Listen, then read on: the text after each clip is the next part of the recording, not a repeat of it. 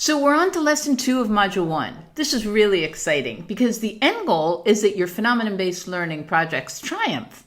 How is that going to happen, you're thinking? I understand the biology behind the importance of an ideal learning environment, but I have no idea how to create it yet. I want my students to feel safe and seen and valued. How do I do that? Don't worry, I've got you. This is what the rest of the whole module is about. By the end of only this lesson and the activities attached and the scaffolding, so you get a 360-degree understanding of the whole concept, you're going to have, just in this lesson, 3 solid techniques that you can use to strengthen the affective domain in your learning environment so that your students' limbic system lets information in and they are going to assimilate more information than you can ever have imagined. How does that sound to you? As a starting point for lesson 2, we begin with an incredibly effective way for your students to feel confident and secure in their learning environment. We do it with a quick review of the last lesson, briefly looking and verbalizing at the concepts of past information using texts and images that are familiar to them. This will lower their stress and raise their confidence. And you're going to practice this yourself right now so that you understand viscerally how useful it is. Ready? So let's look at 3 images from the last lesson. What's the dynamic between the brainstem, the limbic system, and new information?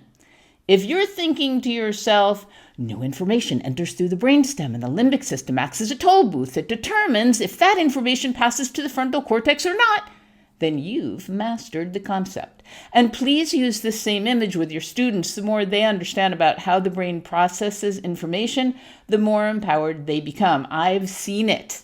Right? Second image. Why is the affective domain listed above the cognitive and psychomotor domains?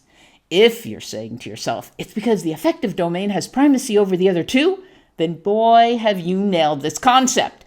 If your students don't feel safe, they aren't going to learn content and their motor skills suffer. All right, third image. What do these skills have to do with the affective domain? If you're thinking, these are the skills that the OECD, the World Economic Forum, and the United Nations have found to be the most important for our students in the future, and with a strong affective domain, they will develop these, then you have assimilated the key points of the first lesson. Bravo! But thinking about them again has been useful, hasn't it? How would your students respond to a quick review like this?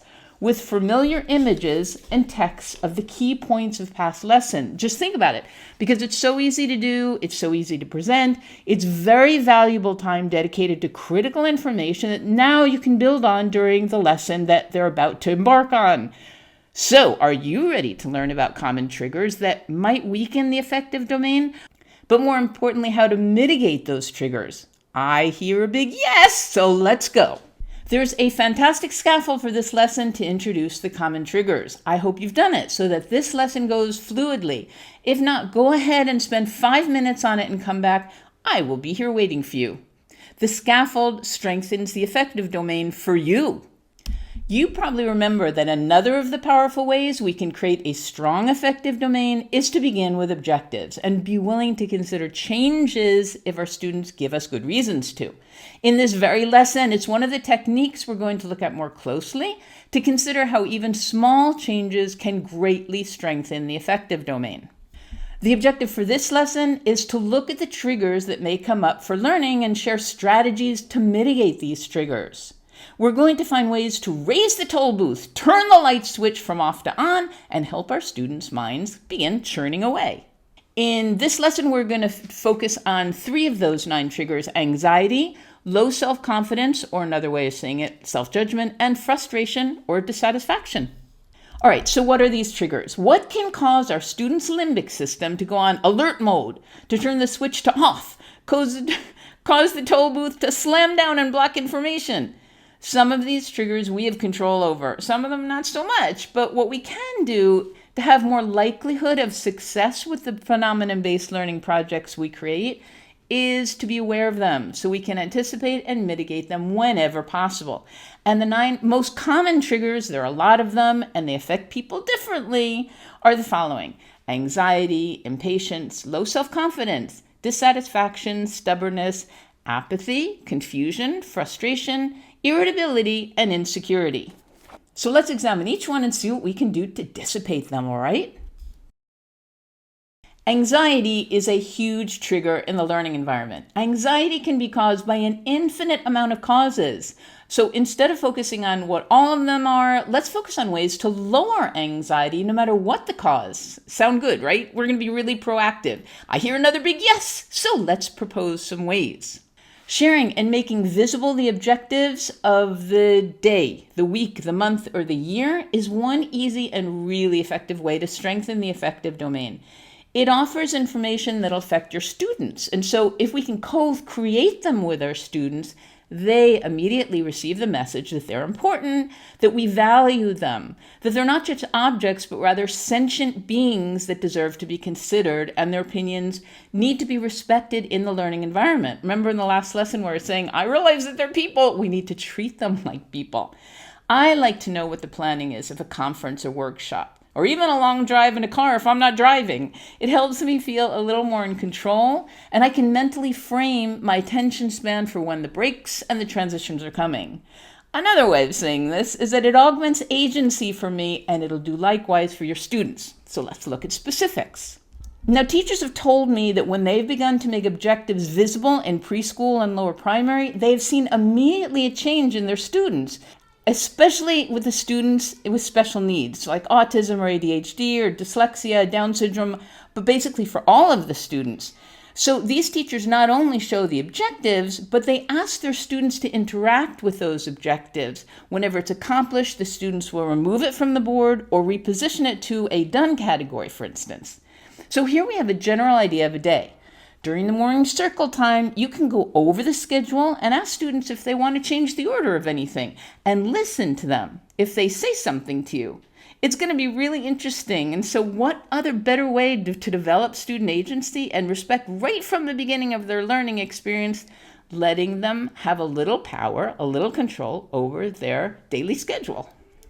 So if you notice, I made these schedules 45-minute sessions. There's a reason, with two caveats. For every 10 or 15 minutes within this 45-minute session, the students need to stand up for at least 1 minute to stretch, to sing a song, to walk in a circle, and then sit down again. It's because the biology of the body is that we shouldn't be sitting for more than double our age, and especially young learners. So this means that 3-year-olds need to get up every 6 minutes, 4-year-olds every 8 minutes, and 5-year-olds every 10 minutes, etc., etc. I mean, this is the actual biology, but of course we need to weigh it against what our sanity can handle, right?